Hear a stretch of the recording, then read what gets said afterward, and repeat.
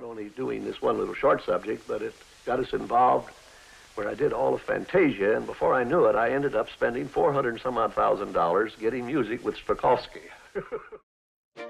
Back from intermission, the opening for the second act was Ludwig van Beethoven's The Pastoral Symphony.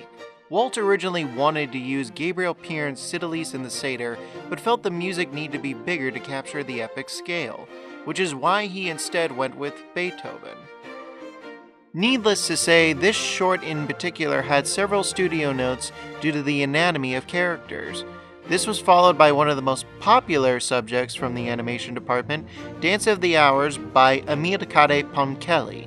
Despite what some people believe, Walt was not a fan of highbrow music, but given the opportunity to spoof the genre and at the same time elevating it to new heights, convinced him to include this piece into the feature. Ballet performers were used as a reference point, and by the end they were able to showcase an accurate representation of complex ballet. What's even more unique is this particular short demonstrates the passage of time from early hours of the morning till late at night. Finally, we reach the end of the concert with two pieces of music that illustrates the difference of good and evil. Night on Bold Mountain by Modest Mussorgsky and Ave Maria by Franz Schubert.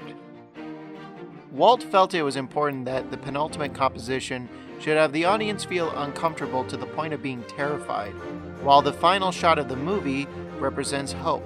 Both shorts were directed by Wilfred Jackson, but Bill Teitla deserves much of the credit for the style, particularly the design of Chernobog. As for Ave Maria, this subject contains one of the most elaborate single shots in all of film. The solemn processional was filmed by 9 men and took 6 days and 6 nights for this one sequence.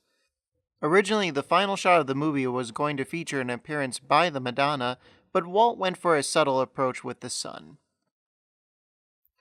Visually, everything was in place, but would the movie be able to capture the feel of a concert?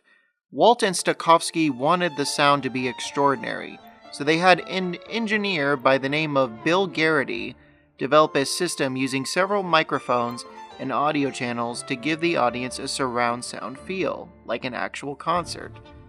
They called it Fantasound, but today it's better known as stereo.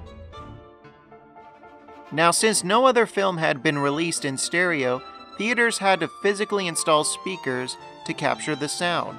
Because of the physical demand, Walt decided to present it as a touring event, where you were encouraged to dress up and were given programs. This roadshow experience was one of its kind. Unfortunately, for many years, the film was considered a flop. Critics were confused how to analyze this non-traditional movie, and on top of that, RKO Pictures had refused to distribute the film due to unprecedented costs. Despite that, Walt would not budge and the film would be released on November 30th, 1940.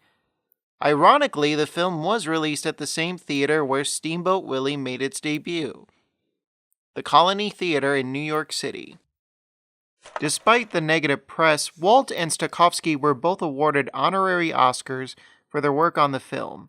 As years pass, the film has been viewed favorably, with many considering it to be one of the greatest animated films of all time. The film was re-released in 1969, where it surprisingly made a profit.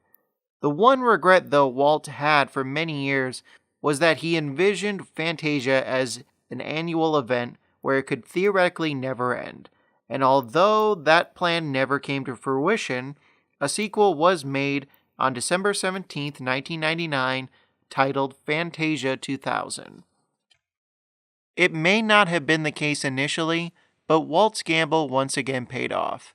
Thanks for watching. Tune in next time where we address the elephant in the room. During the last few years, we've ventured into a lot of different fields, and we've had the opportunity to meet and work with a lot of wonderful people. I only hope that we never lose sight of one thing, that it was all started by a mouse.